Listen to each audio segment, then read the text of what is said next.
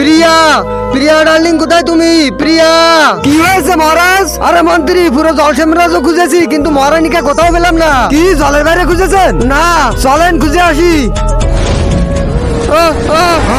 মানুষেরা আমার জলবাড়িকে ছেড়ে দে। ঠিক আছে, ছেড়ে দিচ্ছি, কিন্তু এর বাদে তোকে খাবো আমরা 10 শালাকে। আরে পালাও মন্ত্রী, না হলে আমাদেরও খেয়ে ফেলবে। ভাগ শালারা। আরে মন্ত্রী, ওরা তো আমাদেরই খেয়ে ফেলছিল, কিভাবে বাঁচাবো এখন আমার মহারানীকে? মহারাজ, মহারানীকে একমাত্র লেবিথানই বাঁচাতে পারবে। লেবিথান আমাকে কেন সাহায্য করবে? করবে মহারাজ, সেটা আমি দেখে নিচ্ছি।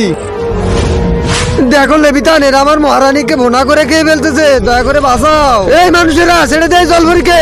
এই শালা ভাগ এখান থেকে, না হলে তোকে চাটনি বানিয়ে খেয়ে ফেলবো। শালা, তোরা এইভাবে সোজা হবি না। আরে বাপরে, এরা কি ভয়ানক লোক রে।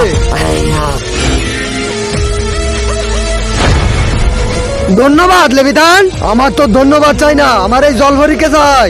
হ্যাঁ, কি কি বলছে মন্ত্রী এটাও? তার আগে যারা চ্যানেলটি সাবস্ক্রাইব করবে তাদের মা বাবা যেন অনেকদিন বেঁচে থাকে, আর যারা ভিডিওতে লাইক কমেন্ট করবে তাদের মনের আশা যেন পূরণ হয়, কমেন্টে বলে যাও আই লাভ ইউ মা বাবা। হ্যাঁ মহারাজ, লেবিথান একটা শর্ত দিয়েছিল, ও যদি মহারানীকে বাঁচাতে পারে তাহলে এক রাত থাকবে ওর কাছে। কি?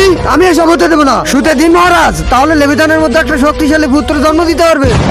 আরে শালা, তোরা কি সব পাগল হয়ে গেছিস নাকি? আমি এসব মেনে নিই না, জলভরি।